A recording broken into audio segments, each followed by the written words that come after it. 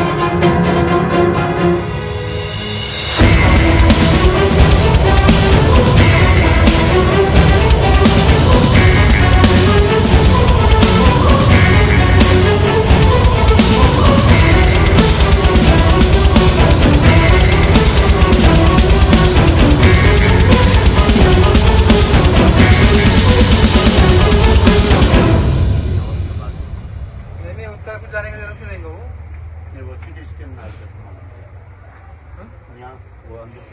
हाँ वहाँ पे यहीं पे सिटी स्कैन करेंगे। जब कंप्लेंट